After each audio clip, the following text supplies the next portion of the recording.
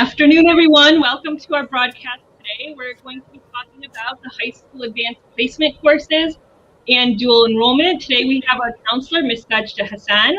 We also have Mr. John Rivetta and Ms. Haley Hoffbauer, who are going to be joining us to discuss some of these key components. So we're going to start with dual enrollment, and Ms. Hassan is going to begin.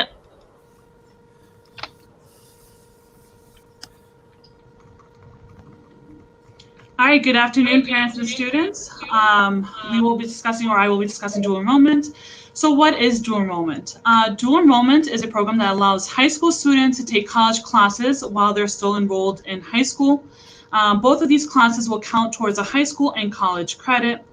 At SIA, the dual enrollment class will count as a half of a credit, and then at the college level, it will count as 3 credits, or depending on the class, it can count for more than 3 credits. Who is eligible to take dual enrollment? It is open to high school students, 10th grade to 12th grade. Usually meetings are set up each semester, so we'll hold one meeting in November, whereas the second meeting will be held usually in March of second semester. And then during those meetings, we would be applying for the semester that follows or the year that follows. Typically, students will complete their dual enrollment at HFC. However, students are more than welcome to complete their courses at any college or university that they are interested in. But keep in mind that there are different applications for SIA as well as the college and university they will be completing their courses at. So the minimum requirements for dual enrollment, in order to determine who qualifies, a student must meet a minimum of PISA and SAT scores that are set by the state. So usually the PISA scores that are used are the ones that are taken prior to the semester that we are meeting. And a student must have at least a 510 in math and then 460 in reading for their PSAT. And then students who have taken the SAT will need a 530 in math and then a 480 in reading. A student cannot be missing any high school credits and must be meeting the Michigan Merit Curriculum per the grade level that they are currently in. The GPA will also be reviewed to make sure that students are not failing any current classes. And then students will need to meet the requirements of the university or college that they will be attending. So number of classes that a student can take per grade level, 10th and 11th graders can take 1 class per semester. 12th graders can take up to 2 classes or courses per semester. The courses that the students can take will depend on their PSAT or SAT scores. However, students are not eligible to take courses that are offered at SIA. If students meet both criteria of their PSAT and SAT scores, we are more flexible with the classes, whereas if they only meet the reading, then we'll find a class that is more related or English related, and then we'll go from there. Each meeting, we kind of go over some classes that are offered, and then we'll discuss the classes that are allowed to take. So when it comes to the cost of dual enrollment, the state will decide how much the school will pay. It provides pretty much a formula that is calculated, and then the academy will follow the formula. For next year, so the first semester, the state has required the school will pay $684.50 per class. Any remaining funds will be used towards the textbook and or course materials, such as any other additional fees that the course may need. That's when we would ask the students to submit a book receipt, and we will then reimburse them. You do need to keep in mind that if a student fails a course or fails to complete a course, the student is responsible to reimburse the district for all costs provided. And then lastly, dual enrollment courses are reflected on the transcript. So once the semester is over, HFC or the college or university the student decides to do dual enrollment at will send me the student's transcripts, and then the grade will be reflected on the high school transcript as well as through their GPA. Once the student is in 12th grade, it is the student's responsibility to send their official dual enrollment transcript from the college that they attended to the college or university that they plan on attending. Thank you, Ms. Hassan, for sharing about dual enrollment. And just so everyone's aware, we'll take all the questions at the end of the presentation. So now I'm going to share a little bit about the advanced placement program. So what is advanced placement? It's an AP program where you take college level courses at your high school. So for example, if you're interested in an AP biology course, you would take it in your high school. So this is where it differs slightly from dual enrollment. Some of the benefits of completing AP coursework: you'll earn college credit. You can save time and money when you are in college by graduating earlier. When you apply to colleges, they'll see you're a motivated student because you challenge yourself with AP courses. One of the greatest benefits is you'll develop your critical thinking skills, writing skills, time management, and most importantly, you're going to learn about your interests and acquire knowledge in a subject you could be very passionate about. And more importantly, one of the key elements in research has showed students who engaged in AP coursework in high school were more likely to be successful in college and complete within a 4-year time frame. So these are the benefits we have with our AP program, and that's why we encourage all our students to apply to the program. Now, some of the requirements for the advanced placement program. So you'll see on the screen the different courses we're offering for this upcoming school year. Now, this is dependent upon student enrollment and other factors. Each course, you do need to be a certain grade level to qualify for that course. That's the first qualification. And then the remaining qualifications are your prerequisite work, your attendance. Were you a student that constantly attended your classes, or did you have a lot of absences throughout the year? The teachers will look at your grades. We will look at PSA and SAT scores, teacher recommendations, work ethic. So one of the greatest questions that students are asked, well, how hard is an AP course?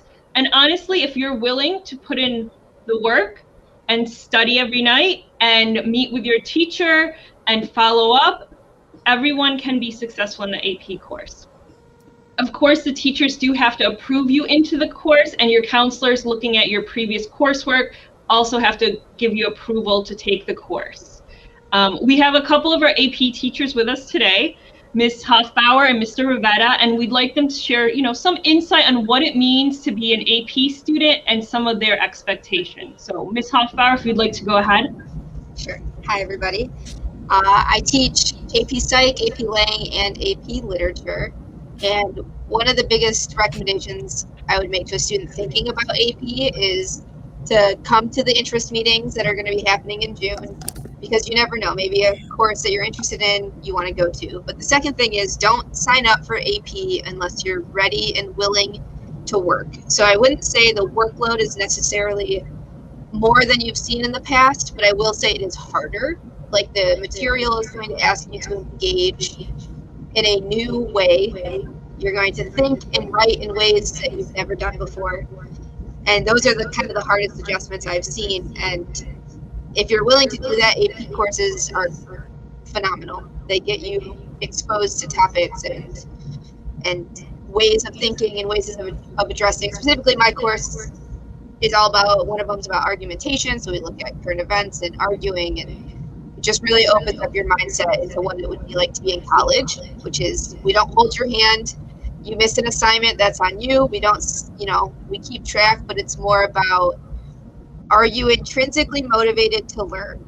And if the answer is yes, if you're there for more than just the grade, you're there for more than just the college credit, you're there because you're genuinely interested in learning, you have no reason to be afraid of AP. If you're there for the grade, if you're there just to put on your college resume, I would worry a little bit, because that's, the courses push you to get away from that.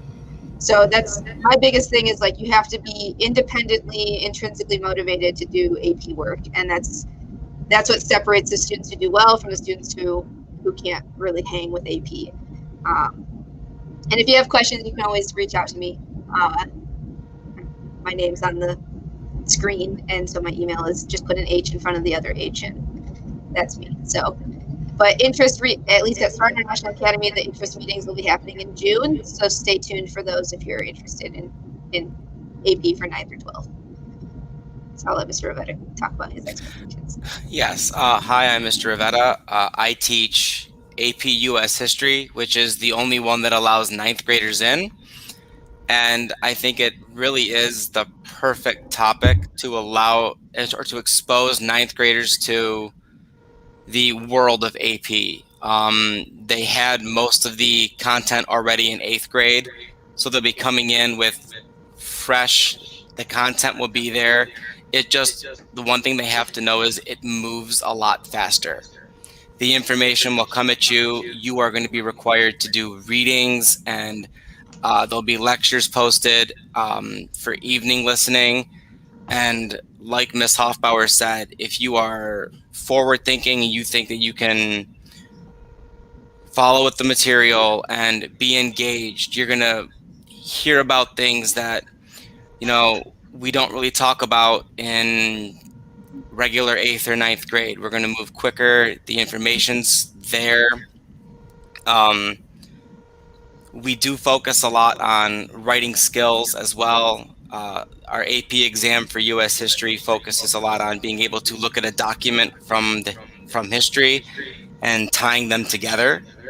So we will be spending a lot of time next year looking at the Constitution and other things that helped found our country. And I think if you are, as Ms. Hoffbauer and Ms. O'Day said, intrinsically motivated to go, not just taking AP to take AP, the class is ready for you. Thank you both for sharing your insight. And just to kind of reiterate, we want you to share and join the interest meeting, and we're going to get into the dates if you have an interest in these topics. And you will be successful if you follow the guidance of your teachers and you work hard. Now, this is the schedule for when you will be able to attend the meetings. Now, these are an interest meeting. What that means is when you attend these meetings, the teacher will give you an overview of the course, the expectation, what the course is going to cover. After that, teachers will be able to kind of look through, they'll check your grades, they'll check PSAT scores, they'll check teacher recommendation, attendance, and kind of determine who will be accepted or not accepted to the course. And then we'll move on to the next part of the acceptance process. Now, on your grade level Google Meet, this information will be posted, and the Meet for these meetings will also be posted on Monday. So if you check on Monday, you'll be able to see the Google Meet for joining these. And they're only short, 10-15 minutes. They're during high school normal lunchtime. So if you are interested, you will need to go and check this out on these links. And again, it'll be posted on your grade level Google Classrooms, as well as your teachers will receive the links as well to join. Now, some of these have a few extra requirements. For example, if you're interested in studio art, Mr. O'Donnell is requesting you to submit 2 pieces of artwork. And some of the other courses, the teachers will request that you submit your PSAT score so we have the most updated scores. We are going to take a moment for questions and if anyone would like to share.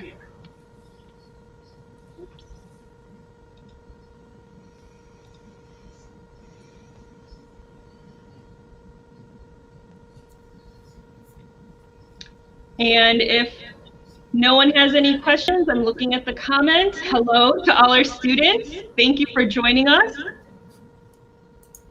And this, I believe, will be posted online. I think this is just a sign we all did such a wonderful job sharing. So, not sure. Okay. Well, thank you everyone for coming. And you can look forward to seeing this information posted. Please reach out to Ms. Hassan if you have any questions about dual enrollment. You can reach out to me, Ms. O'Day, for the AP program, and if you have any specific questions for the AP teachers. So.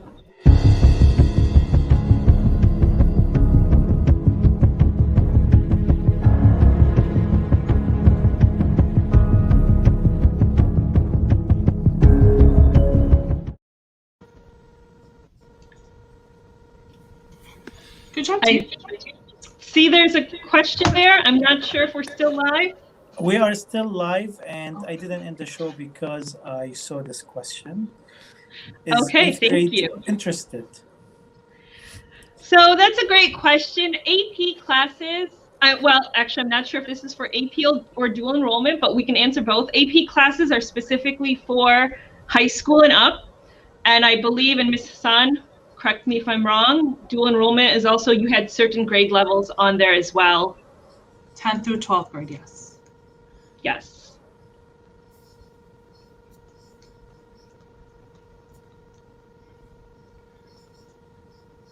So thank you for sharing that question.